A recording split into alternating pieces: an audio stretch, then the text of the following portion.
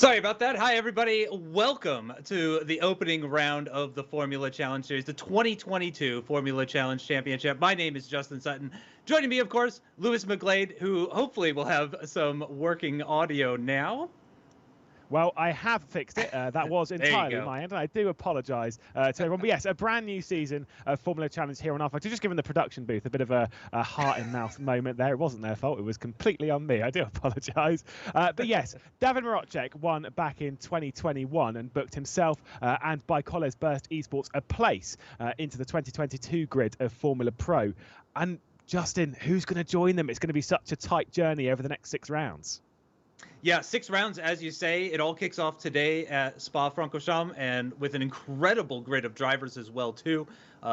Just, some very recognizable names and a legendary circuit as well. What better place to kick things off? And, of course, we had a great race last week for the Formula Pro Series. Yeah, it absolutely was. The season that we have ahead of us, you can see we begin things here at Spa. We go to Monza, Daytona, Donington Park, the legendary circuit d'Azur, before we finish the season on the 25th of July at Laguna Seca. We'll focus on the circuit that we're racing at today, though, because, of course, it is the legendary Spa-Francorchamps. Open roughly 100 years ago. It's maintained its place in prestigious fashion, of course, in the world of motorsport, continuing that in the world of sim racing, laser scanned here in R-Factor 2. 7 kilometres in length, just under 4.5 miles, 19 legendary turns, of course, as they'll battle their way around the first corner of La Source, legendary corners like Rivage, like Stavolo, and of course, who can forget the Eau Rouge Radion section. It really is incredible. Yeah, one of the best circuits in the world. Really looking forward to this. As I said, last week we were treated to an incredible race on the Formula Pro side of things, and certainly we're not expecting things to be any different. There are slight differences to the cars. We'll get into that a little bit later on, but we're not expecting any shortage of action. Well, I mean, for us, of course, we want you to get involved in our Factor 2 competition. For you to take part in Formula Challenge, you need to go on to our Factor 2, and you can see it in the competition system to get yourself qualified for the next round. It's a hot lap competition, which you'll do at Monza, of course, to go and take part in round 2 of the championship. And whilst you're on our Factor 2, you might as well take a look at some of the brand new content that we've got coming up.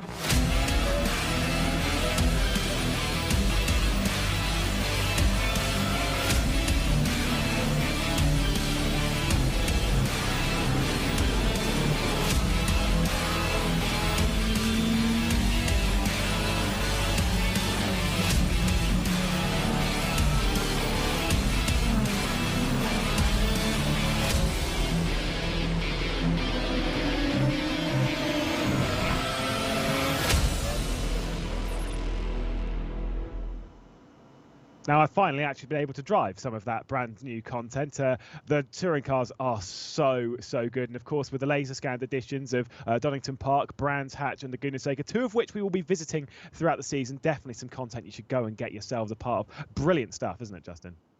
Yeah, fantastic. Everybody has been singing the praises of the latest content in terms of the cars, the tracks that have been coming out for R-Factor 2.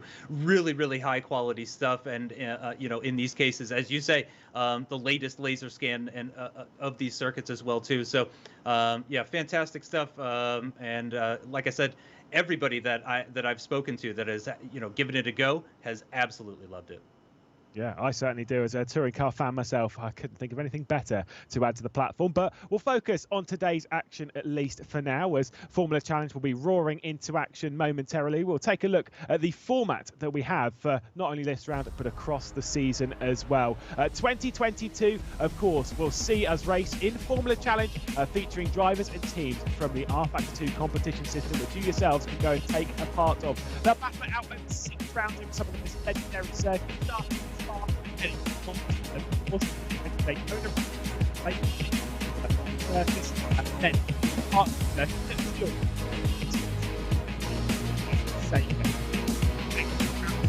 see our Formula Pro back to back this season. Each round will feature a 15-minute qualifying session to set the grid before we head to a 45-minute race with no mandatory pit stops. Dynamic weather, track rubber and full damage simulation will be in effect. The cars will enter Parc Fermé after qualifying with only limited changes being allowed. Drivers will have 45 seconds of push to pass to add an extra 55 to 60 brake horsepower to the engine, and race control will monitor the racing action and comply penalties as they see fit. And it's one of those things, Justin, that we really do need a good bit of race control just to keep their eye on everyone, make sure they're all being good drivers out there. Exactly right. I mean, when you're racing for such prestige as these drivers are, then of course things are going to get tight. They're going to be pushing to the absolute limit and beyond in some cases, and especially at a track like Spa, where the drivers are undoubtedly going to feel very, very comfortable. No doubt, all of the drivers have put a lot of laps around this circuit, so that might mean that they're pushing just that little bit harder than they would do otherwise. Absolutely. I mean, it does sound, by the way, brilliant. And we saw this in Formula Pro, having the new sound model, listening to those V10s roaring back into life around the Ardennes. And we need to take a look at the car that will be racing in this season. There's only some slight changes from the Formula Pro counterpart, but let's take a look as we go racing in Formula Challenge. An absolute beaut, this one, 600 brake horsepower. It's 200 lower than in Formula Pro, with the, of course, large sound of the V10 engine. 18,000 revs per minute, push to pass in activation, of course, 45 seconds. Speed of 190 miles an hour. Fairly lightweight in the form of 600 kilograms. It's slightly more heavy than me. No DRS, of course, on the rear end. It is just about that push to pass. Ground effect to keep it stuck to the road. Of course, that will reduce the dirty air, allowing the cars to follow each other much, much closer. Custom setups to make the car custom fit to your own drivability. Shift protection so you don't blow the engine. There are plenty of other ways to retire from the race, with a 7-speed gearbox as well. The slipstream is going to be critical. 4 compounds in use, of course, the 3 dry compounds and then the 1 wet tyre with updated tyre degradation. That could potentially mean we're looking for a no-stop race. No mandatory pit stop required in Formula Challenge, but I think some might want that one stop. Yeah, with a smooth, wide, fast circuit like this, where you're really using the aerodynamics and you're not relying on that mechanical grip from the tires, I think you're right. You know, it could be a 0 stop. And as you mentioned before, pit stops are not mandatory. So you could actually go to the end easily. Well, easily.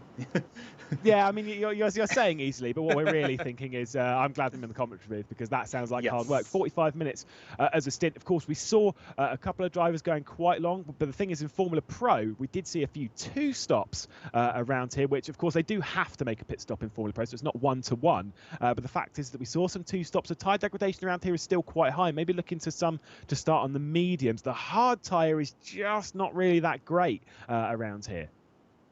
Yeah, and of course, you know, with the strategies in place, again, people are going to have to decide what's best for them, really. Are they the type of person that wants to look after their tires for the next 45 minutes, or do they just want to push hard and, you know, go after those places? So, you know, for some drivers, they might find that one strategy works better for them compared to some other ones, but that's going to be part of the challenge for these drivers out there today.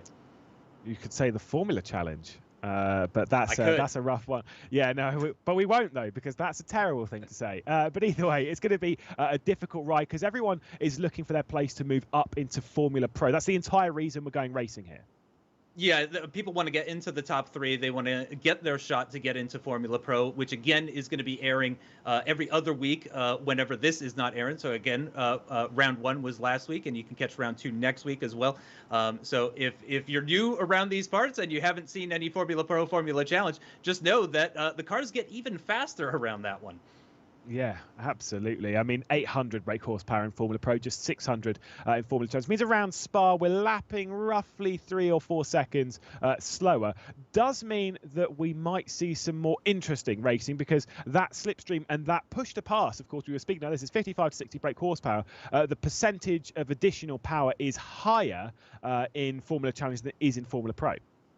Yeah, it's around about 10% increase in power when you deploy that. And again, with so much at their disposal as well too, it really opens up a lot of possibilities at how the drivers use it. They could use it all very early to try gain as many positions in the opening laps when the cars are bunched up. If you're further to the front, you might be interested in using it to just reduce your lap time and just try to prevent yourself from coming under attack from cars behind. Or maybe you want to save it for a certain tire compound if you are one of those cars that's going to be coming into stop. Maybe you want to save all that push to pass for when you go onto the softs. Who knows? Who knows indeed. Well, I'm sure you're bored of seeing our faces, and we want to see some of those cars. We want to see the screaming V10s around the Spa circuit. Let's go and take a look. And here we are then in the qualifying session. We can see them battling their way around. This is going to be a fun session. Track positions not particularly... Get yourself out of the danger zone. We saw plenty of that back in the Formula Pro. So look, I kind of want to qualify somewhere in the top 5 or 10. Yeah, exactly. As you say, not absolutely crucial, but it's always going to be beneficial, especially if you don't want to get caught up in any lap 1 incidents, any drama at the start of the race, that sort of thing. The further up you can start, the less likely you are to get caught up in that sort of thing. So, yeah, if nothing else, they're just going to be trying to get that track position for the opening laps. But as you say, if one lap pace is not your strength around this circuit, not a problem. You're going to have plenty of opportunities to make up positions in the race. Well, here we are with Luca De Melio, so we can take a look at some of our drivers taking part in Formula Challenge, at least for the first round. Again, reminder that qualifying takes place. There's a pre-qualifying coming into this, so they've all had to work their way to get into top split, and then they'll all have to do this once again for the next 5 rounds as well. So no one is guaranteed to move over. It's going to be very, very tricky indeed. Of course, Luca De Melio, driver for the American team of Satellite Racing, Matt Strand's little group of drivers. He was recently picked up, it was before the Le Mans Virtual and stuff was picked up by the squad. Very good squad, a very strong squad to be a part of, and he's a very strong and talented driver, is Luca. Yeah, off to a good start as well, descending down towards Eau Rouge for the first time on this lap, and 12 minutes remaining in qualifying, so lots of opportunities for the drivers to set a lap as he crests the hill, makes his way around the corner onto the Kemmel Straight. He comes, and now he'll be sitting at around about 190 miles per hour. It will change depending on fuel level and slipstream effect and all that kind of stuff. But with that reduced dirty air from that ground effect that we were talking about earlier on, of course, that is going to provide slightly less slipstream on that Kemmel Straight. But again, with the push to pass available to the drivers and that little bit of slipstream as well, certainly I would expect we are probably going to see a lot of overtake attempts into Lake Como. I think we certainly will, especially with, say, the reduced power. Look at the speed commitment through Pouon, hooking up to that second apex now, as we'll see him enter Fagnes into the PIF, into the PAF. Luca De Melio looking fairly strong. It's looking like almost a fairly reserved. That bit of a snap there, though, through the second part of Fagnes, now into Campus as they head down to Stavolo and then punch it all the way around, completely flat from this point as we head all the way to the bus stop. If we're going to see some overtakes up into Lake Como, we'll definitely see some overtakes down into bus stop. We saw plenty actually around the outside of Blanchimont as well, so I think we might see a couple of those. What can Luca De Melio do? Heavy on the brakes, of course, before he hooks up the apexes on either side. There was one of the Jean Lacey Esports Academy cars just sat on the pit lane empty. Krupi sets the fastest time. Turka Hakkinen goes up higher, and Luca De Melio does go up onto the provisional pole position with a 47.2. The pole time, by the way, the pre-qualifying pole time was a 45.8. I wonder how much closer they can get to that. Purple Sector 1 for Peroche here, who we're on board with at the moment, going through the bus stop chicane and powering down towards the finish line. Let's see if his Sector 3 is going to be good enough to challenge the front runners, and it is indeed. Goes quickest of all, 0.5 of a second quicker than De Melio. Here's a question for you. How much are we going to see the track improve over the course of qualifying? How much do we expect the times to come down just as a result of track evolution? We shouldn't see it change too much, realistically. By this point, they should actually be a bit calmer on the track because they have practice and stuff to bed in the rubber. It might change 2, 3, 4 tenths, but it's more so just building yourself up. What can Mancini do across the line in the Musto GD Esports car? One of the teams that was a part, of course, of Formula Pro back in 2021. I do quite like that livery. It almost looks like a Torrent from back in the day. But either way, Rory McDuff now for Cetres Nita Velix, the team of one Mr. Dennis Lind will cross the line, goes up to second place as the American. Wow, very quick time, and very quick in the second sector as well. That could be where we're seeing a little bit of setup difference between the drivers. So Rory potentially running a higher downforce setup that allows him to just extract that little bit of time through sector 2, but causes him to lose out a bit through sector 1 and sector 3, of course. The run towards Blanchimont, the run down towards Lacombe as well. That's where that downforce is going to be hurting you. But Giuseppe Pastore is quick in the middle sector as well. He's gone even faster than McDuff. Yeah, I mean, I'm not necessarily sure as to how accurate those splits are at the moment, because losing 1.9 in the first, gaining 1 second in the middle sector, I'm not 100% sure where that is. Obviously, I think a few people are betting themselves into the session. We're expecting them to go around about a second faster than Peroche has done. What does Pastor do across the line? It's a 48.719, so only good enough for 12th place at the moment, as he's got a bit of traffic as well rolling down the hill. That was an interesting one, Yeah. but yeah, switch it to Joseph Herlock, though, for John Lacey Esports, out there at the moment, towards the end of his lap, making his way through Blanchimont.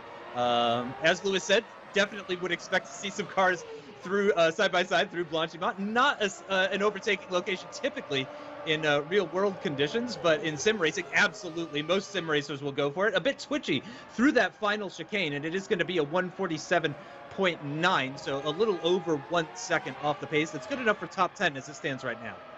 Yeah, we do have a few of the Jean Lacey Esports Academy cars on the grid, of course. Herlock there. We've got Mattia Krupi as well as Pastores to add to this. So a few teammates on the grid from the Jean Lacey Esports Academy car. Another one of the teams that was in Formula Pro last season that was dropped out, along with Musto GD Esports, and the other team being Vargas in Racing, that kind of split and broke apart. We won't go into that too much as a Formula Pro topic, not a Formula Challenge topic. It's Tomasz Vac for the RSR team, which I'm 90% sure stands for Revolution Sim Racing, but I'm always mistaken on that because there's a couple of the RSR styled teams. But either way, this one running quite strong at the moment. Tomasz Vac finding a bit of a home after his departure from the HM Engineering team last year.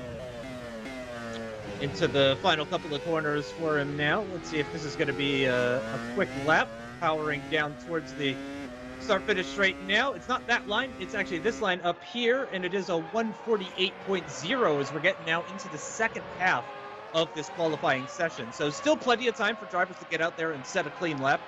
They're not going to be under a rush just yet, but again, getting into that second half now.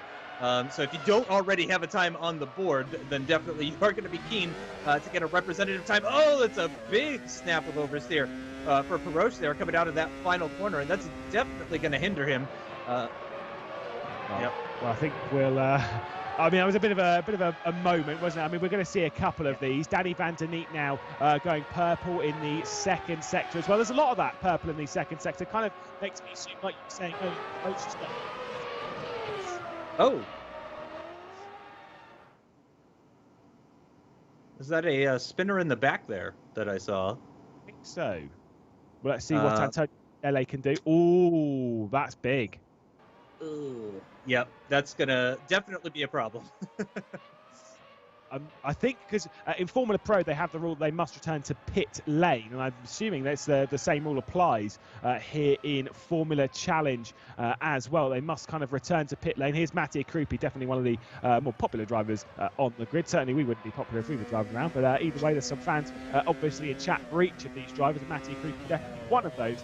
Get a bit of a shout out, I believe, for people who can't look at races in Formula Pro. But Krupi, decent in the first sector, great in the second sector, punching it out of the Stavolo once again through curb Paul Fred down towards Blanchimont, looking quite strong at the moment for the Jean Lacey Esports Academy. Do like the highlights on that car, of course. At least Jordi Spears, who was their livery designer, is racing today in another split. I think qualified down in split 2 or split 3.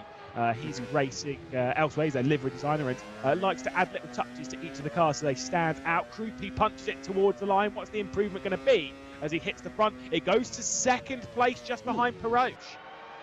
Wow, that's really tightened things up as we get into the final 5 minutes of this qualifying session. Philip Drace is on a quick one at the moment, making his way through Sector 2, just throwing up those sparks through Pouhon as well. Looking fantastic out there.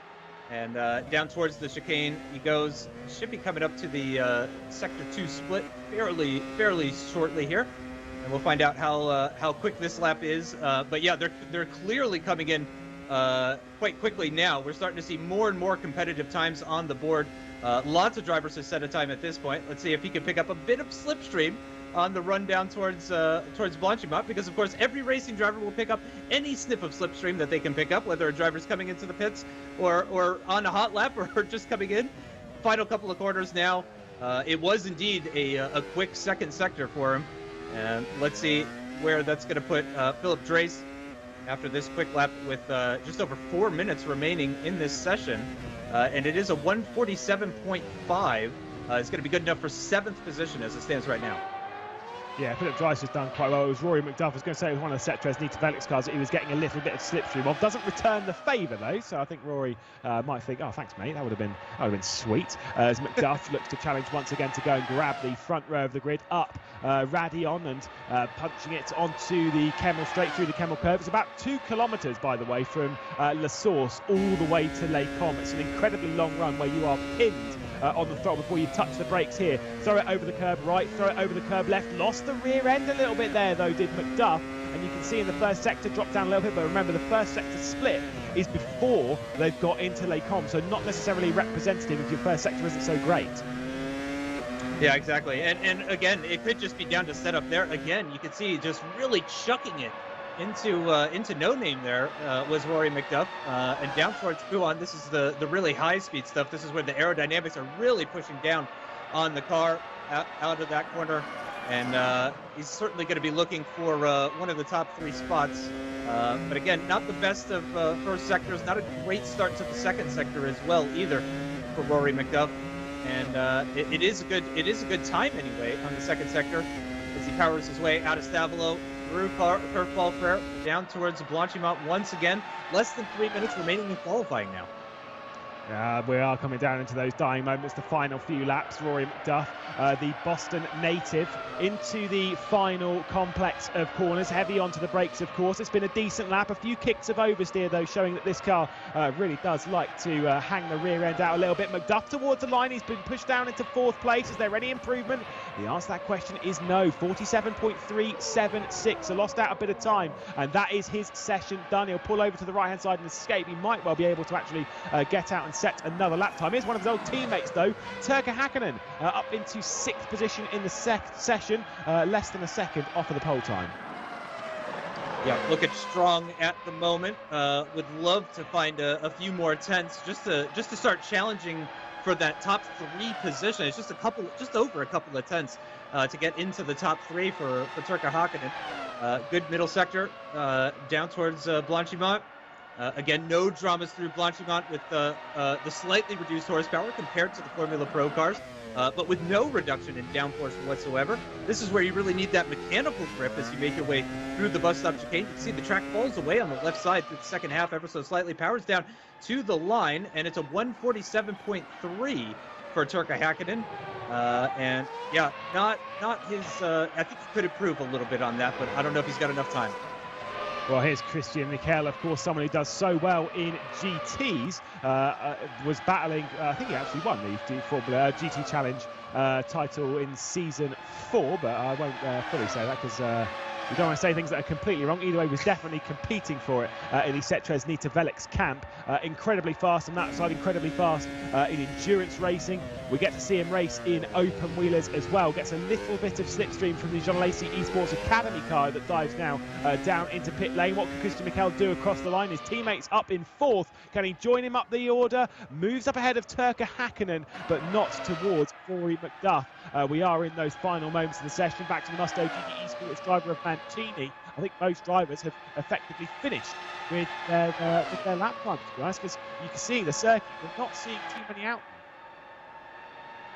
No, yeah. At the moment, I think it's pretty much finished up. Mancini, though, is going to make his way into the bus stop chicane for one final time, and try to keep control of that rear end as you deploy all 600 horsepower, maybe even a little more.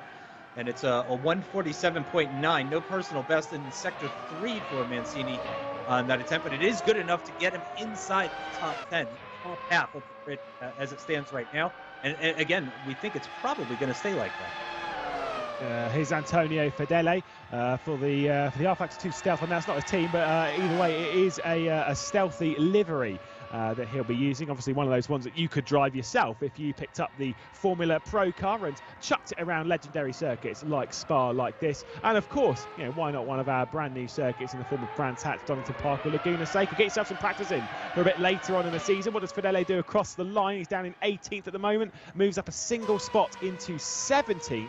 And Mancini is the last car left on the circuit. And what a streak that first bike.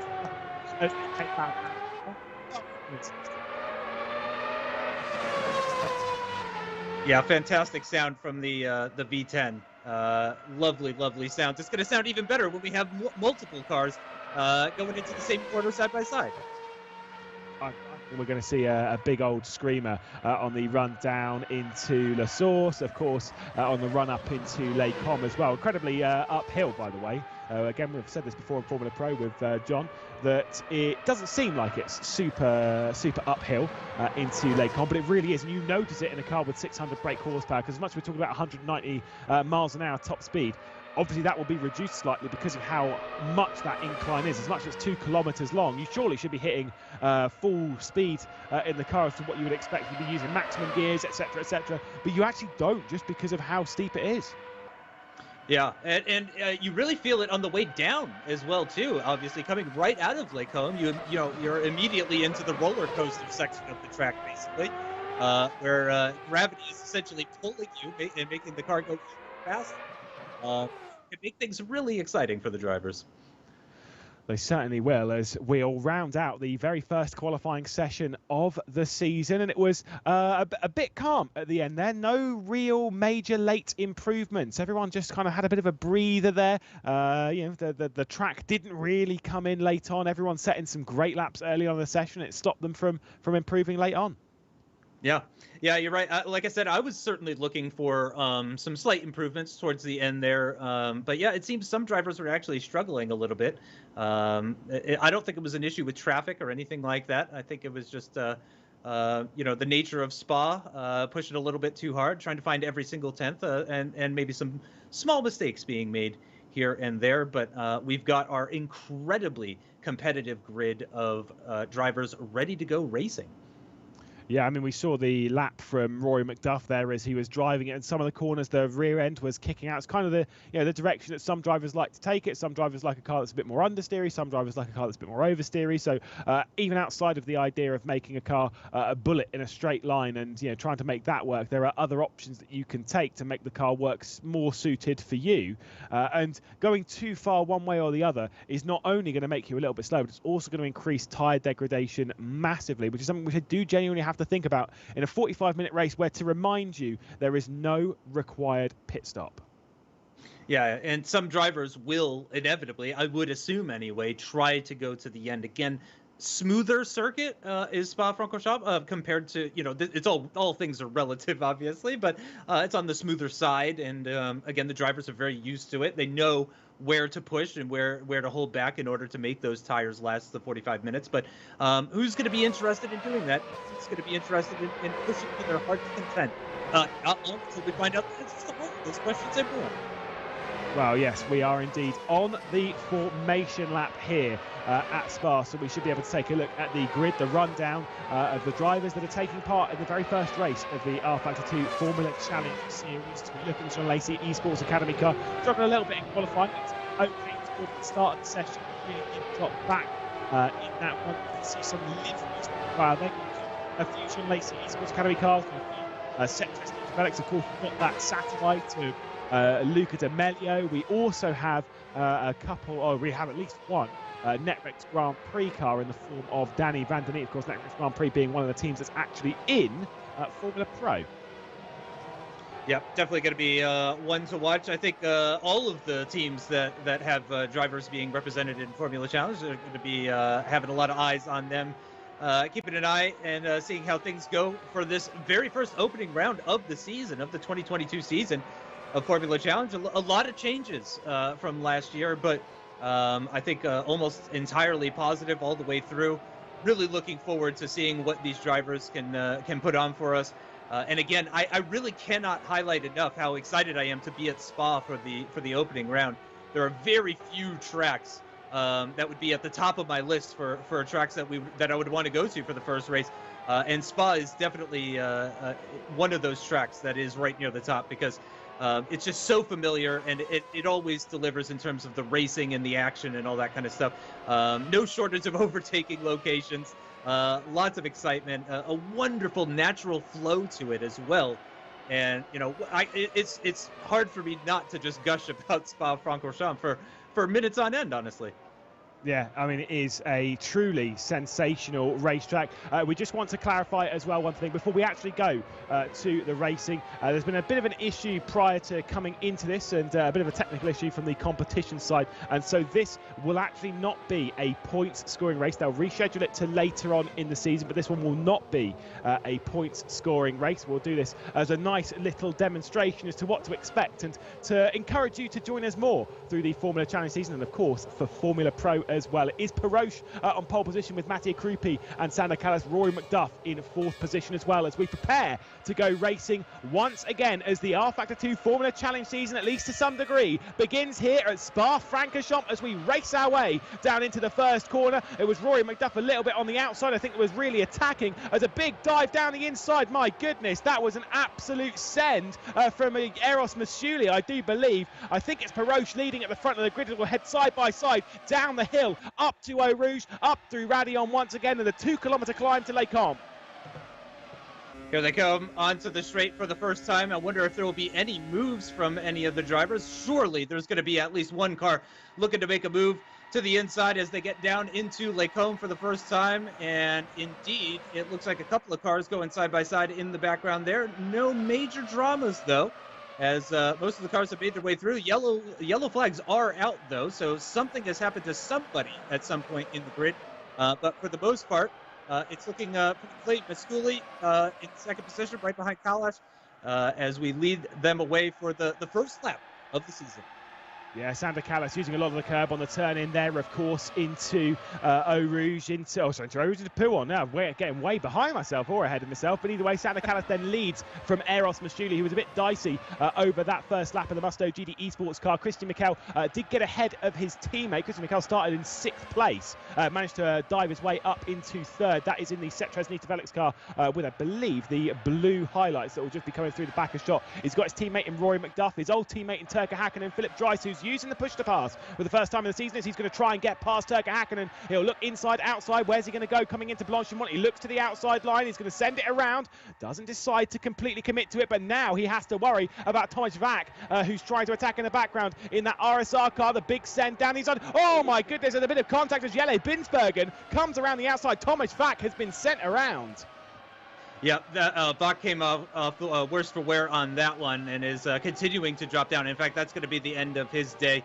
Rory McDuff was another one of those drivers using that push to pass nice and early on that opening lap. You can see Masculi already using push to pass, as is Mancini, as they come out of La Source for the second time in this race. So a few drivers are keen to get a move on and try to make up some positions if they possibly can. A little bit further down, yep, Trace, Binsbergen, they're also using the push to pass as we get down into Les Combes, and there goes Masculi. Wow. He's done it. He's done it.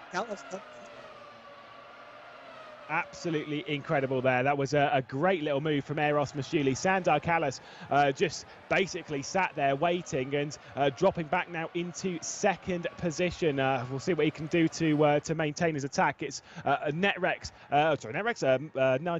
Velik's car, a couple of cars behind, as there is the big send. That's Thomas Vack down the inside, and it was the Jelle Binsbergen who kind of locked up the rear end, sort of turned in a little bit, was just kind of there and just chopped over the nose a little bit of Thomas Vack, who has now retired from the race. Yeah, a bit of an awkward one, that one, but again, you know, this isn't going to be a points race at this point, so possibly just going for it a little more than they would have otherwise. But we're focusing a little bit further up the grid now on the battle for second position, but McDuff looking to make a move as the top two have really started to break away. It's now over 2.5 seconds between the top two and the rest of the field after just less than 2 laps of racing, actually.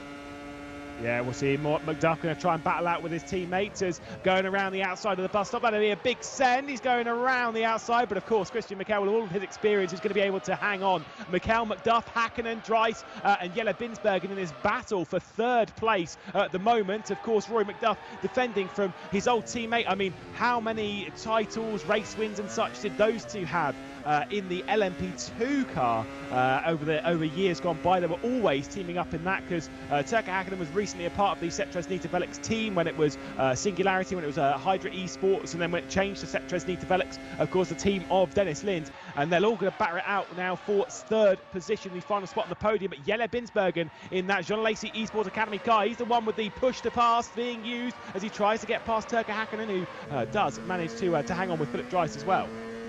Well defended by Turka Hakkinen there, just deploying the smallest amount of push to pass in order, and I think actually moving slightly to the side just to choose who he was giving the slipstream to as well, just to help himself out. And he used just a little bit of push to pass as he got into the second half of the Kemmel Straight, but really didn't need much in order to hold on to that 5th place position. But certainly Rory McDuff is going to have to get a move on here. I know he might not be in too much of a hurry to overtake his teammate, but Turka Hakkinen probably is. And if McDuff doesn't get a move on here pretty soon, Hakkinen is going to be all over the back of him. And if he keeps making small mistakes like that, that's going to just encourage Hakkinen even further.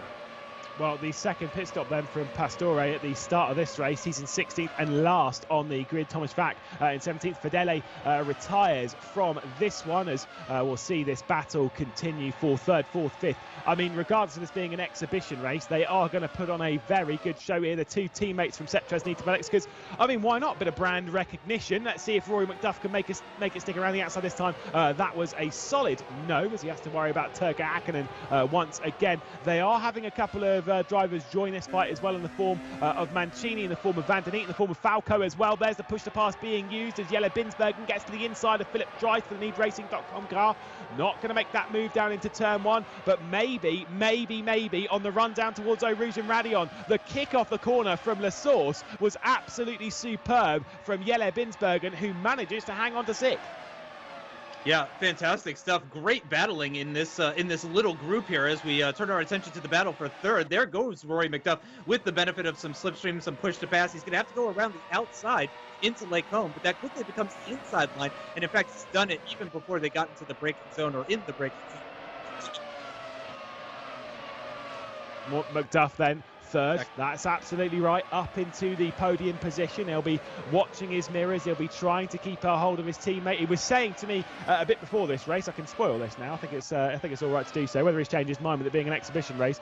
He was saying that he was trying to no stop this race. He wasn't planning on making a pit stop. Whether his attitude might change now being in 3rd spot, because the last couple of corners he has absolutely rocketed away from his experienced teammate of Christian Mikel, who now has to defend from Turka Hakkinen. There's Danny Van Den Eek joining the rear end of this train, and you can see Falco as well. I mean, you can't miss that car, can you? Absolutely bright pink.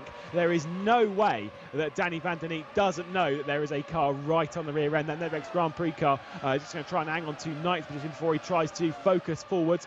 Mancini, Binsbergen not too far ahead. The Netrex car, not easy to miss either. It looks like a couple of highlighters actually at the tail end of the top 10. But Danny Van Der Eet is fully focused on the cars up ahead, and that's Binsbergen, I think, going side by side once again. A very exciting race for Binsbergen so far. and trying to make a move on Trace. No, excuse me, that was Trace actually making the move for 6th position, and he has done it into the bus stop chicane. I think Binsbergen just had a bit of a technical problem there on the start-finish straight. He actually dropped behind Danny van der Neet, and Philip Drees using his push to pass. Van der Neet using his push to pass as well in his newly promoted 8th position. So a little issue there from Jelle Binsbergen as he departed the final corner of the racetrack into the slipstream, into the DRS zone, which we don't have any DRS. To remind you, there is no DRS in either Formula Challenge or Formula Pro here on our Factor 2. They are just using a push to pass that adds 55 to 60 brake horsepower to the car. So we're up to about 660 brake horsepower when they're hitting 18,000, 19,000 revs per minute, right at the top of the rev limiter.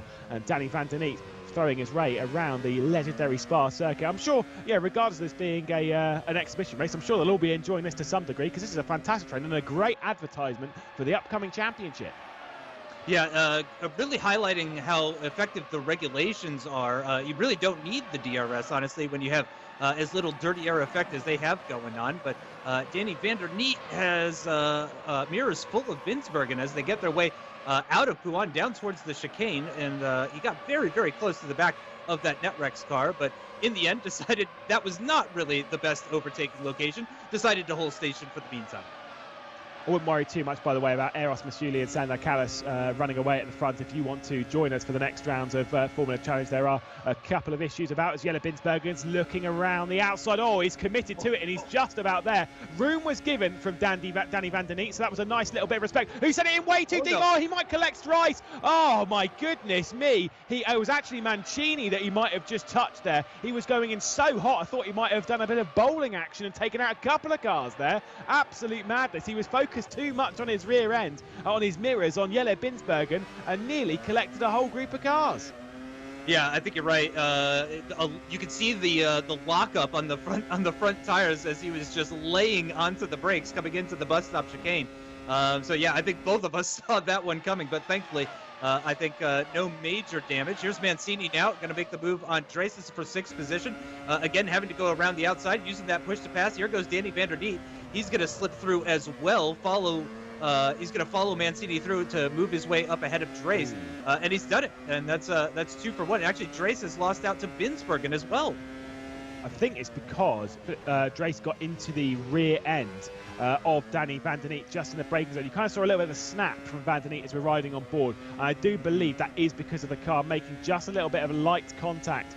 Whether van der Neet was clear or not, van der Neet, you kind of saw giving a bit more room as he was rolling through the first apex. So I kind of assume that might have been a little rear end contact, and that's what dropped Drace as well behind Jelle Binsbergen. Now on board with Vincenzo Falco in the Forge Racing bright pink machine that is sat in 10th place. And Dreasen also closing in on this battle and might well join it fairly soon.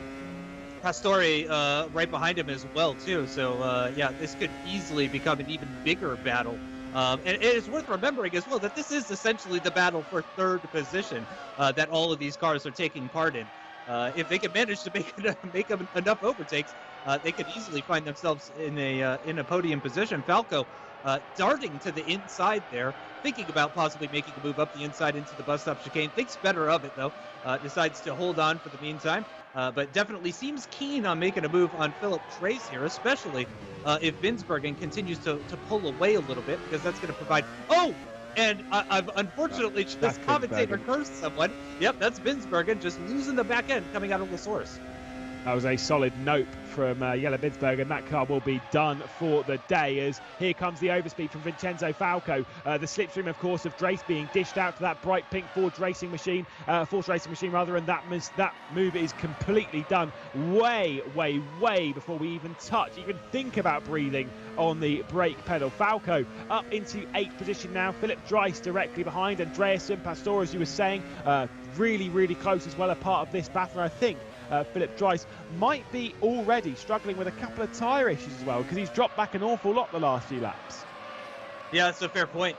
Could be a contender for one of the early pit stops, potentially, as, assuming at least some of these cars are going to be coming in for tires, maybe just as a test. Again, no points being given out today, so that could be an opportunity for some of these drivers to try out something that they wouldn't have tried otherwise.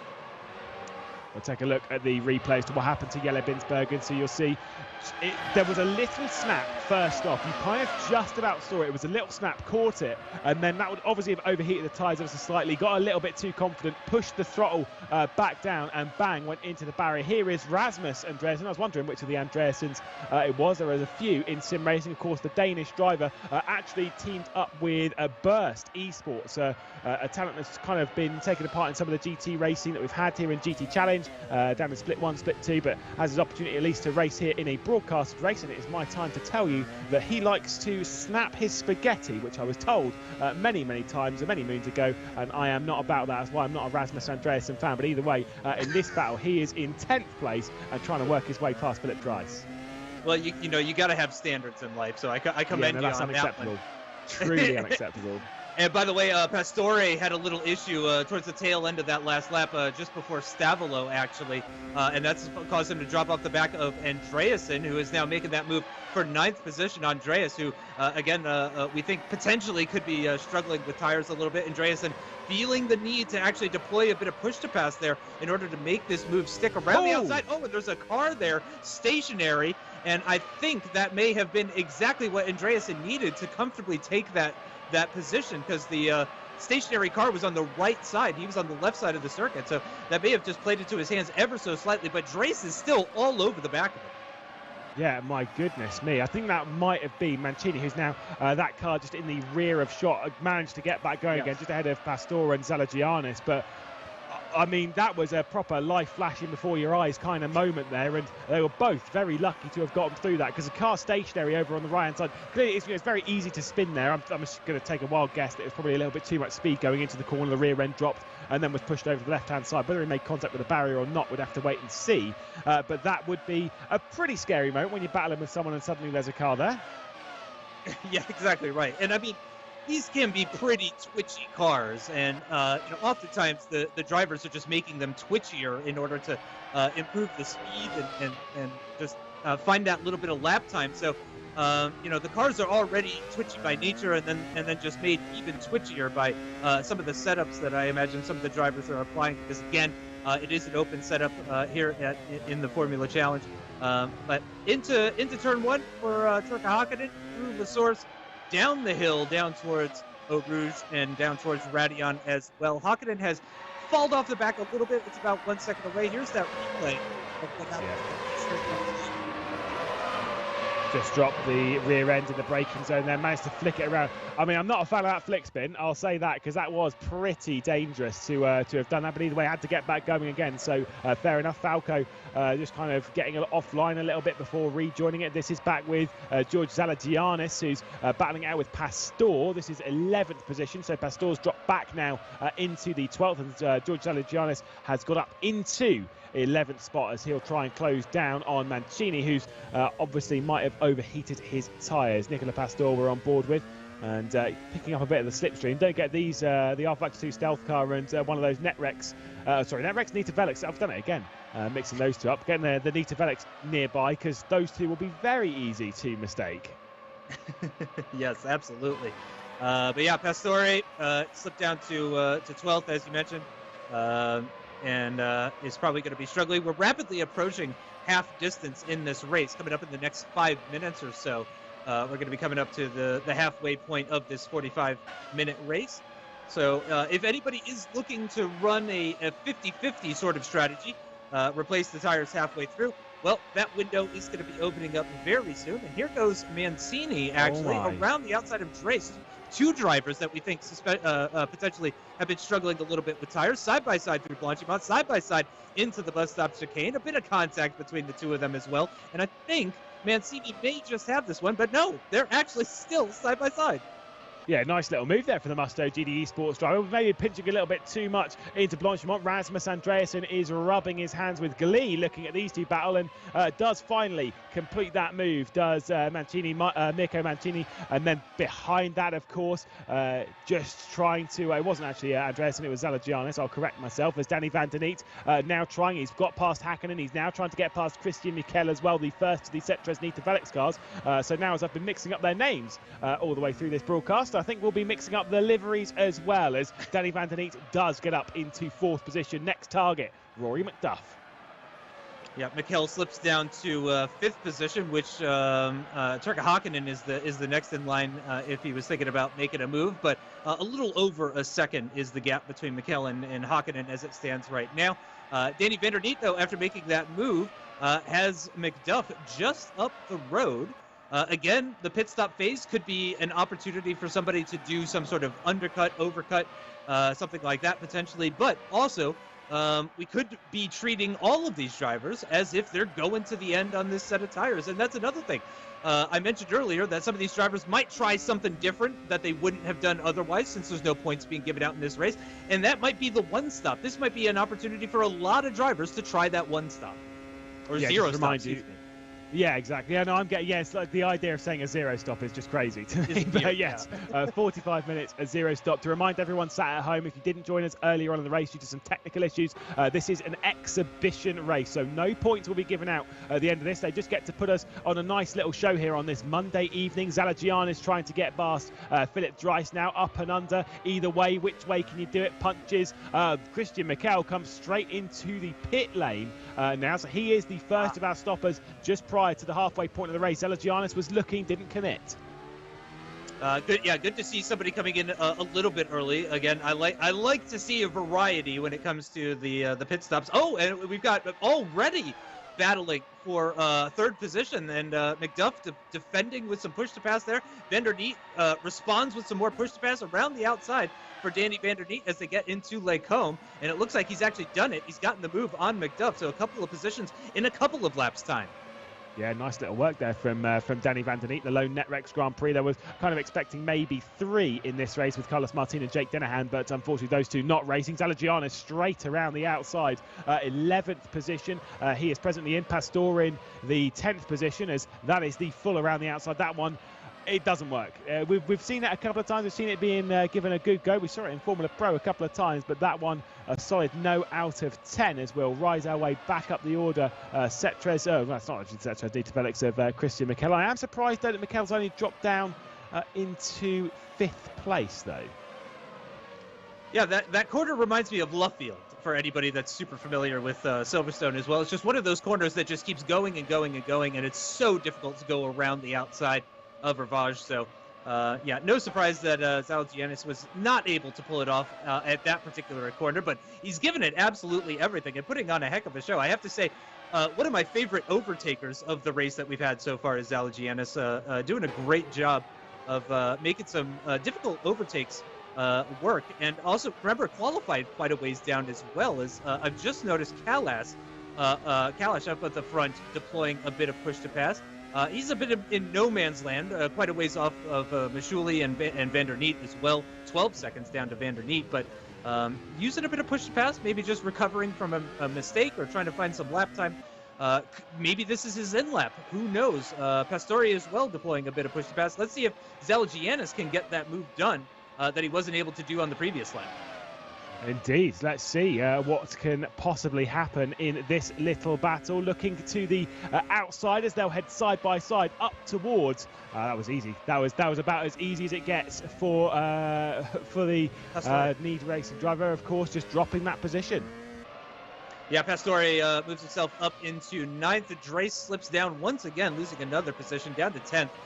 Really unfortunate for Philip Dreiss, who was quite a bit further up at the beginning of the race and has since dropped back after a number of overtakes. And it looks like he may lose another position here, potentially. Yep, it's Zalagianis looking again at another very strange overtaking location into Puan. Not where I would have picked to try and make the overtake. But again, he hangs back for the meantime in that 11th position, just outside the top 10. But again, I have to say, George Zalagianis is looking strong, seems to have the pace over Philip Dreiss. We'll see if anybody comes into the pits this lap. Yeah, indeed. Zalagianis right on the rear end. I kind of get the feeling that Eros Musculi has come into the pit lane, so we are seeing a couple of pitters. Zalagianis, big slipstream. That looks like a bit of push to pass to me as well as he fires his way through Blanchimont. There is Musculi for Musto GD Esports into the pit lane. Bam, onto the jacks. Tyres go on. Turka Hakkinen uses a bit of push to pass as Roy McDuff also comes into the pit lane. Rasmus Andreasen in. And also that will be Philip Dreiss into the pit lane as well. And Missouli is already on his way out. Yep, he's going to be rejoining in 7th position as it stands right now. There's Philip Drace, no longer stationary in the pit lane, making his way down towards the exit of the pits as well. But up at the front, it is Callis who's still leading the way in that orange livery car. And 11 seconds is the gap down to Van der Neet. We'll see if he's one of those drivers that's going to be coming in. Again, we think some drivers potentially could be on for a zero-stop strategy, just going all the way to the end potentially, but we'll continue to monitor that. Turka Hakkinen, meanwhile, all over the back of Falco. Yeah, indeed. There is not much to separate these two at the moment, but it's Falco that's been on the charge from further down the order. He's worked his way up now into 3rd spot. Danny Van der Neet has been able to pull away a good sort of 4 or 5 seconds on the group. Of course, this group did contain Christian Mikel and Rory McDuff. The two of those have switched around. Mikel up into 8th position, Rory McDuff in 9th place at the moment. So about 6 seconds separating those, despite them two being very, very, very close on the track earlier on in the race. We've passed the halfway point now. We've got 21 minutes and 20 seconds left to go as we ride on board with Turka Hakkinen once again battling it around the Ardennes. Sander Callis, though, staying out on the track, I do believe. No call to come into the pit lane this time by. Does Danny Van der Neet, does Falco, does Turka Hakkinen? No, they are all staying out. He says as Danny Van der Neet comes to the pit lane, never mind. Yep. It didn't tell us at the entrance of the pit lane. It had to wait for him to get a little bit further down. But Van der Neet into the pits. We'll see where he comes out relative to the rest of the drivers that were battling for that 3rd place position, essentially, and where he's going to come out relative to Mikel and McDuff. And yeah, you're right. Wasn't McDuff ahead of Mikel prior to the pit stop phase? Certainly I thought he was. Oh, here's Mancini trying to go around the outside of Andreasen as they get into the bus stop chicane there. Couldn't quite make that work, did Mancini. Has to settle for that 12th place position as Ferreira is into the pits. Yeah, I got our first little glimpse there of Bruno Cesar Ferreira. It's been a long time since I've seen him on the racetrack. I raced him about 7 years ago. So either way, still obviously taking part in sim racing here in Formula Challenge. So why not? Always like seeing some good old names from the old days of sim racing. Sim racing, whilst it is booming recently, it is, of course, an aged thing. We've been on it. I mean, we last worked together 2 years ago, so fair enough. It has been around for a while. Here comes Mancini looking to the inside. Oh, I saw this yesterday, looking nearly onto the grass, as that was a little bit of a cut-off from Rasmus Andreasen. Potentially needed to take that one out to the white line. Mancini was really thinking about driving onto the grass and making that move there. I wouldn't have recommended it. No, yeah. I mean, we've seen how difficult it is for the drivers to keep these cars pointing in the right direction on the asphalt, never mind the grass. So, yeah, I think probably the wise choice there to back out of it. But, yeah, that gap was it was just enough for Mancini to try and sneak through, but then it was closing and closing as he was getting closer and closer to it. So, unfortunately for him, he had to back out of that one, but still plenty of time to make the overtake. He won't be dealing with too much of a dirty air effect. Again, with the ground effect on these cars, it does mean that they can follow very closely together, which is, again, why we don't need any sort of DRS or anything like that. Indeed. I mean, I kind of felt with this that, we've always wanted to get rid of a DRS for a little while because it's inherently unfair, but it is kind of required for some of the racing. But when you get the push to pass we have here is, oh my goodness, the late move from Mancini to look to the inside at Blanchimont. That was an absolute send. Didn't manage to make that one stick because he had to really breathe from the throttle. I'll just return to my point that push to pass, which is fair because everyone gets the same amount. To remind you, it's 45 seconds of push to pass that they can use wherever they want, whenever they want, over the entirety of this 45-minute race. And I mean, I like it because it is fair. Everyone gets exactly the same. Exactly, yeah. And the push to pass, it's not like some push to pass is in other categories and stuff like that, where you push it and then it gives you bonus power for the next 6 seconds. You can hold it down for a second, you can hold it down for 6 seconds, you could really customize it. Here we go, Mancini is going to get that inside line that he wanted so desperately on the lap before. Maybe just gets a little bit close to Andreasen just to let him know how he feels about that incident on the previous lap, but he was not actually able to get through. Andreasen managed to just about sneak ahead as they got into the braking zone there, and Andreasen holds on to that 10th place position. Of course, these would be points paying, their points paying positions all the way down till 24th. But these are points paying positions for Mancini, for Andreasen, or would be otherwise if this weren't sort of an exhibition race that we have going on. But yeah, and that's the great part about giving points all the way down to the lower portions outside the top 10. Is it makes these battles extremely sweet, as the drivers are giving it everything for every possible championship point that they can get from one race to another. But we'll see if Mancini has any better luck this time. Maybe third time lucky on that. Yeah, we'll have to take a look. It was a big dive, and you can see the overspeed he's carried off of Stavolo and round curve Paul Frere. This time decides better of it, wants to actually commit to a move down into the bus stop. Where does Rasmus Andreasen go? Looks to the inside, looks to the outside, and he just doesn't commit. I mean, the thing is Rasmus Andreasen was doing this really irritating thing of defence, of just sitting in the middle of the road. And the thing is with that is, when you're the attacking driver, you don't know which way to attack. It is, honestly, that is the great way to defend, is that you're kind of causing an irritation to the car behind, where they're not actually sure what you're going to do, and so they can't commit either way. You're letting them do the work and letting them doubt themselves, and that is perfect. A little bit dicey there for Mancini, who was kind of eyeing up a move. Pastor, by the way, and Bruno Sousa Ferreira are both also out of the race and join our retirement list as Michaela McDuff switch positions a bit further up. Here comes Mancini. Oh, again, making contact on the straight. Second time again. If these two keep doing that, there's definitely going to be a crash. Big on the brakes, though, once again from Rasmus Andreasen. He's got that thing locked up beautifully into Lake Om. Mancini he couldn't seem to do it around the outside into Lake Om. He can't seem to do it with the inside line into Lake Om. None of these lines seem to be working for him.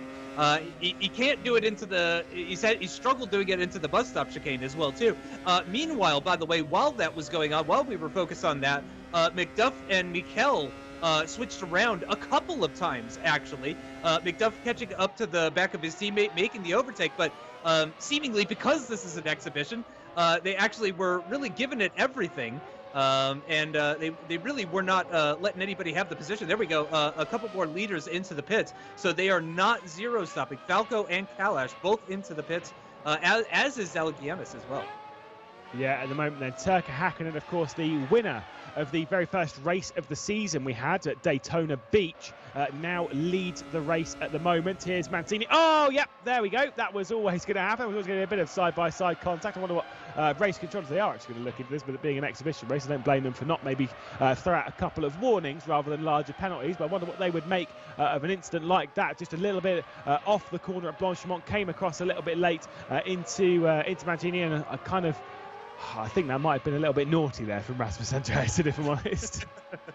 Yeah, this has been a hard-fought battle, and right up to the edge, and possibly beyond the edge, beyond the limit ever so slightly. But great battling that we're seeing from this pair. Andreasen and Mancini really seems inseparable. You would think that Andreasen was so much quicker, or Mancini, just based on how things have gone. But no, still side by side once again into Lake Om. Mancini comes out on top on this particular occasion, but let's give it a lap and see what happens.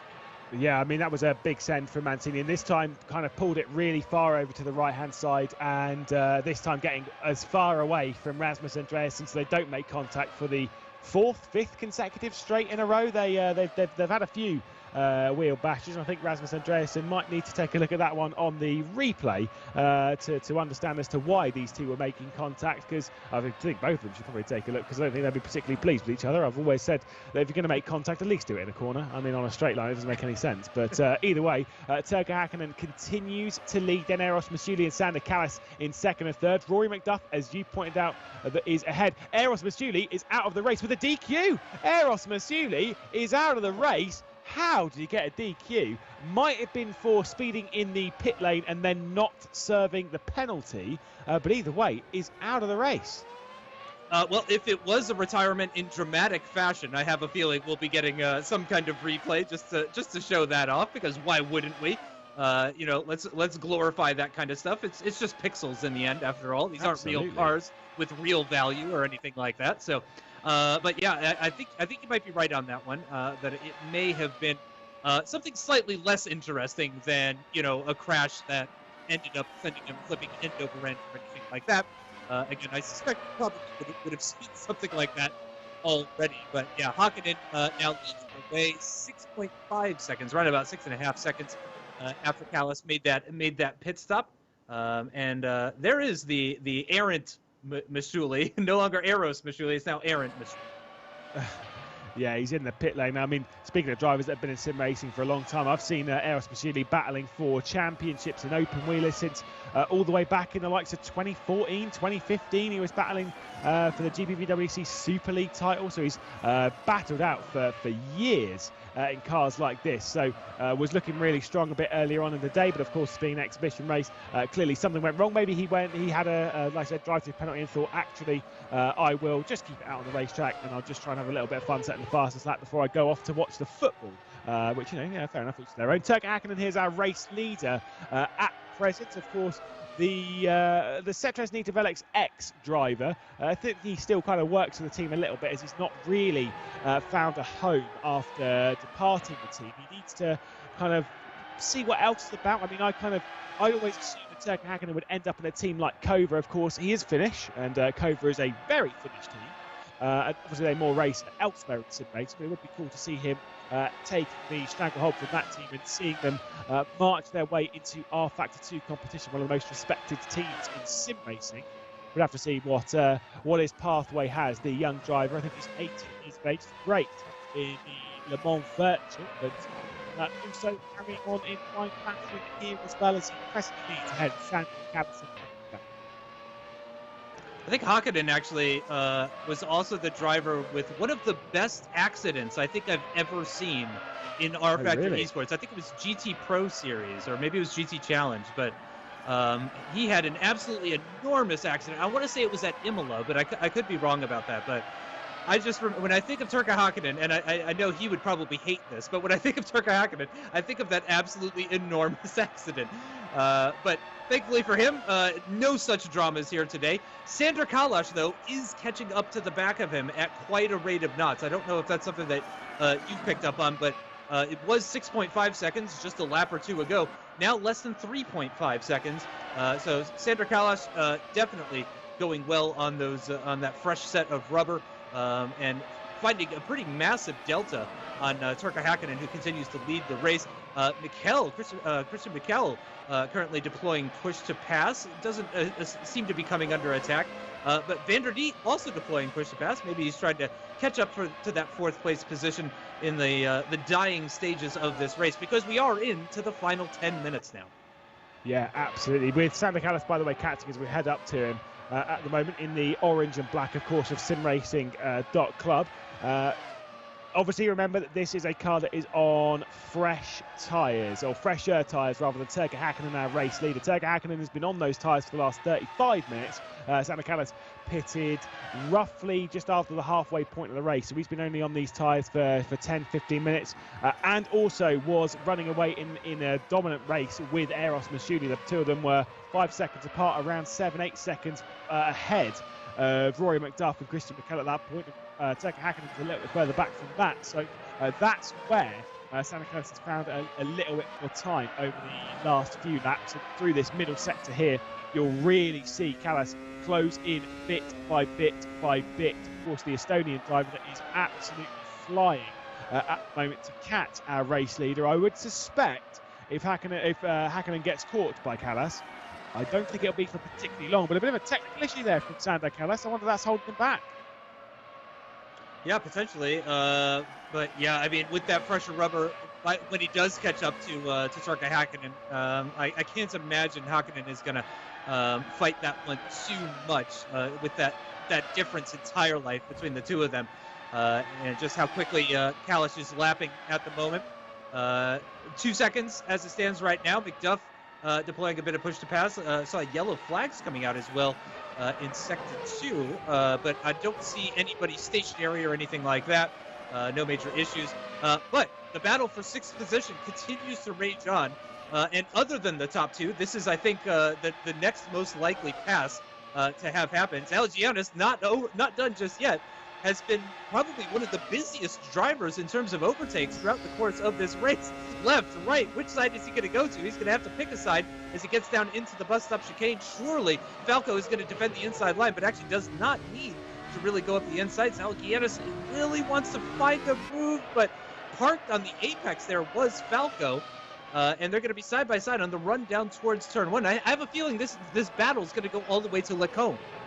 Yeah, potentially so. I mean, it's 2 kilometres from this point down. Zalagianis did not get the drive off. The tyre walls, I want to just explain to you which way round these are. So the white walled tyres that we're on board with, that is the soft compound tyre in the Formula Pro. The yellow wall tyres, that is mediums, and then if you ever see them, the green wall tyres, that's when someone's made a horrific mistake and has taken the hard tyres, which aren't that great. Blue wets naturally, as here comes Zalagianis with the superior grip. A little bit of a brush between the two, and it is Falco that is still able to hang on for 6th spot. I think Zalagianis is not kind enough on the straights and too kind in the corners, if you ask me. Possibly just providing a little bit too much space once the wheel is actually turning, but still doing a great job out there of eventually getting overtakes. And with Falco up ahead, it's looking like a potential 6th position on the cards for Zalagianis, so that would be a great result. Again, he started from outside the top 10 and then just threw overtakes and he was tiring. That's moved him all the way up to 7th.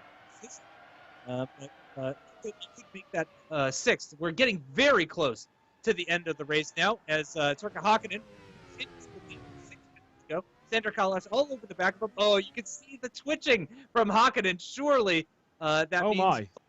Did Kalas forget which pit entrance it was? I don't think he was trying to go to the pit lane. I think he was trying to have a little bit of fun there and was maybe thinking, actually, I'll slot it down the pit lane through the middle of the race, which I've done at the backstretch of Suzuka. I don't think you could do it around here. Zalagianis, obviously with Falco to worry about. Our race leader, though, with Sander Kalas is closing into the slipstream. He's obviously used a little bit of push to pass. He's fully alongside as they head to the braking zone of Lecombe. He's all the way around the outside. They're side by side still. They might make a little bit of a brush. And Turka Hakkinen still able to hang on here. The up and under.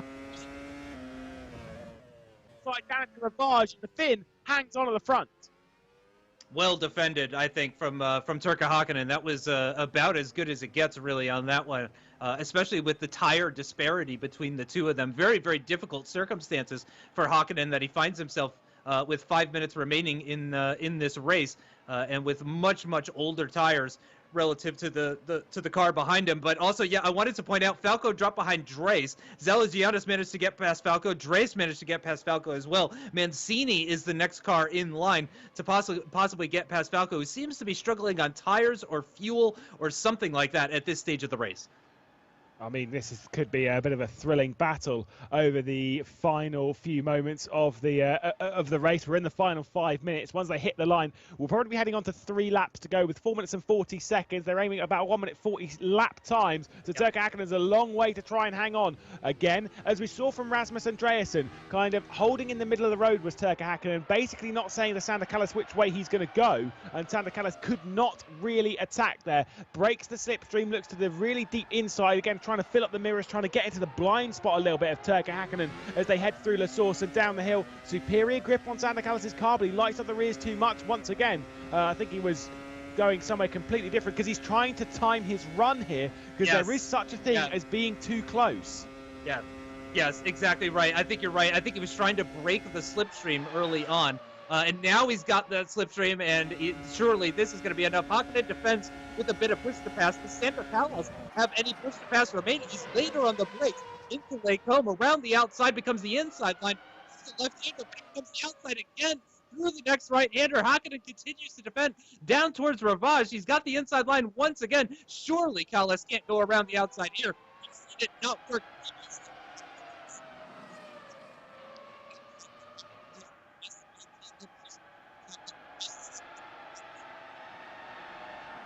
I mean, a brilliant bit of racing there between Turka Hakkinen and Sander Kalas. The two of them coming together, just a bit of a brush as Sander Kalas once again trying to get offline, trying to kind of build the gap a little bit between them. And I mean, it was a fantastic little effort there. A little bit of a brush, but nothing too major. The two just racing hard. Turka Hakkinen just trying to hang on. As they do so, Rory McDuff is closing in time and time again. The gap is 7.6 seconds, and McDuff used a bit bit of push to pass. Of course, they don't need to be close to anyone.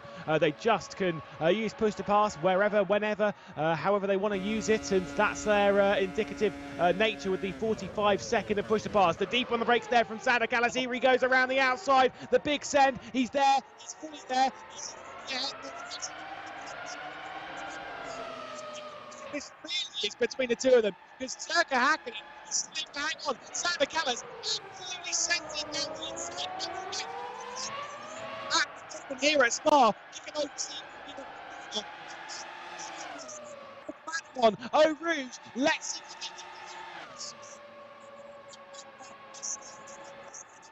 top of the hill. Superb racing onto the Kemmel straight.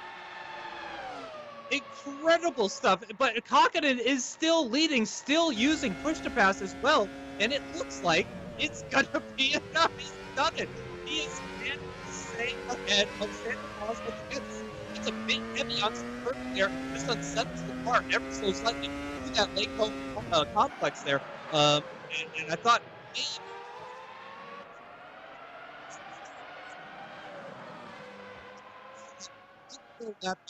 going to be white flag this time on as they come through. So a couple more opportunities here for Sander Callas to try and make that movie. But McDuff is getting closer and closer. It was 7 seconds before previously. Now it's 4.5. All of this battling is just bringing more McDuff into that fight. Yeah, Turka Hakkinen then continues to lead here at Spa. Sander Callas in second spot with Rory McDuff, like you say, closing in 4 seconds now. He is off the race lead. He's been closing in roughly a second and a half over the last couple of laps. And we'll see what they can do. Racing once again. They'll go on to one final lap here at Spa-Francorchamps as we'll head through the exhibition race here in Formula Challenge. Which way is Sander Callas going to go? To the inside. Really right forward now with Sander Callas as one final lap, one final jaunt around the 7-kilometre circuit here. Is it going to be a two-way fight to the checkered flag, or are we going to have a third car join the mix? There he is in the background, Rory McDuff. Surely not. I mean, surely Rory's a little bit too far back with the final lap. But if these guys really get together, a little bit of contact could be a real opportunity for Rory McDuff, who is still deploying push to pass, by the way. You can see him using it coming out of La Source. So plenty of push to pass. And there we go. The top two both using push to pass on the final run down to Lacombe. Let's see what he can do. Sander Callas with the big push to pass as he really does get side by side to the outside. He'll have to go. He's tried this a couple of times, and Turka Hakkinen's hang on every single occasion. He's in way too deep, and they've made contact. They've opened the door, though. That might be out into the barrier. Rory McDuff can see that as he's closing in, and Sander Callas down, up into the race lead, down the inside. That was a fantastic little move, but that contact, I think, I mean, if we had race control, we might have a little bit of an issue there. Yeah, I think so. That's definitely something that they would have looked at if they're not going to already. Certainly, if I were a driver, I'd appreciate it if somebody told me that, you know, if it hadn't been an exhibition race, that was too much over the line. So, yeah, they're certainly going to keep an eye on that. And there is Rory McDuff. Look at that, all over the back of Hakkinen. I think all of that battling, had Hakkinen just let Callas through, he may have been able to hold on to second. But now Rory McDuff looks so much faster. Yeah, he's going to be really knocking at the door again. We'll head out 1.6 kilometres now down towards the bus stop. Can Rory McDuff pass his old teammate? Oh, Turka Hakkinen pulls it over to the left-hand side. Opens the door, though, for Rory McDuff to fire it through at Blanchimont. They'll both keep it completely pinned now with the Finn on the more preferred line, defending to the inside. Oh, my goodness, Sander Callas has gone really, really slow. I wonder if he's running out of fuel or something. What is going on here? As he may be trying to let Turka Hakkinen back through. Rory McDuff will do it. The exhibition race here at Spa comes to an end, and Sander Callas will cross the line. No, he won't. I think he did run out of fuel, as Turka Hakkinen will take it at the line. Rory McDuff and Sander Callas behind. What a crazy end. And if this is the exhibition race, I want to see the full season, which hopefully will get underway in a couple of weeks' time. But that was crazy. That was incredible. It almost looked like a race for third, like they were trying to decide who is going to be, you know, last out of that bunch. That was a really strange, just the way they crossed the line, the issues that they were having, clearly, that they must have been having, just made it very, very awkward, because I think it was several issues that were going on: lack of fuel, lack of tires, for whatever the case might be. Andreasen might be another one of those drivers with a bit of a lack of tires as they crossed the line, but Whoo, that was about as close of a top three as I think I've ever seen in my life. I mean, it was a battle and a half, wasn't it? I mean, just across the line. I don't know what happened to Sander Callis completely there late on in the race, but clearly there was something. It might have been fuel, might have been something else. Either way, it opened the door for Rory McDuff and Turkka Häkkinen to both come through and finish in first and second. The old teammates, I'm sure they'll be pretty happy with that one. Yeah, that was really, really enjoyed that one. I really did not know where that was going to go. And to be fair as well, we don't really know how representative that was, how hard people were pushing, whether they were using their optimal strategy, whether they were trying something different.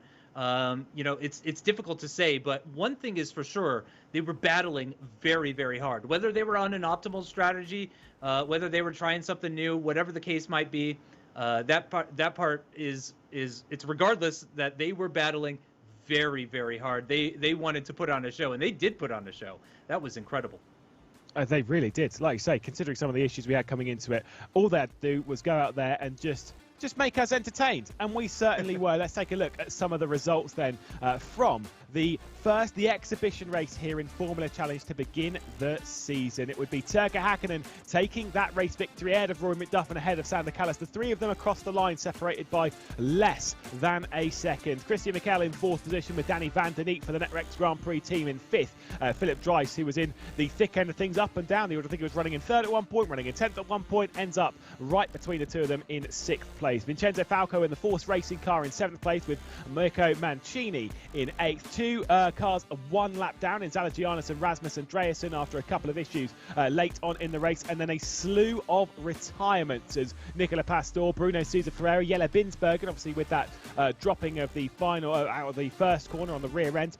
His teammate in Giuseppe Pastore, Antonio Fedele, Thomas Vac, and then Eros Muschili with a disconnection as well. I mean, it was fantastic though, wasn't it? We have to focus on the top three with that drive. It was brilliant, but there was so much happening down the order. It was absolutely on the edge of your seat, which I'm sure everyone sat at home wishes they could take part in, which of course you can do by going on to R Factor 2 and going through the competition system. But whilst you're on there, we can take a look at some of the content that we've got coming out.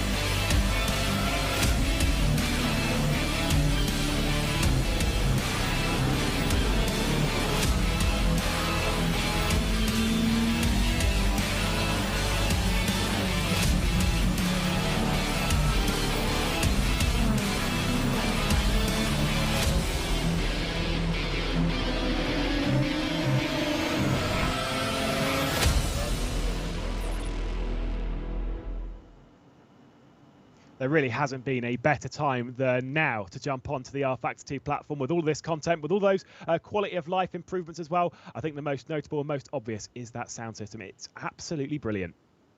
Yeah, lots of updates throughout 2022. It's been a big year for R Factor 2, hasn't it? Incredible amount of updates and improvements throughout the service, and it's great to see the competition system getting used and being so successful, and the drivers, the quality of drivers that we're seeing coming out of it as well. You're exactly right. Never a better time. Absolutely. Well, with the season just beginning here, of course, next time out you can go get yourselves qualified for. Where are we headed? Of course, it's Monza.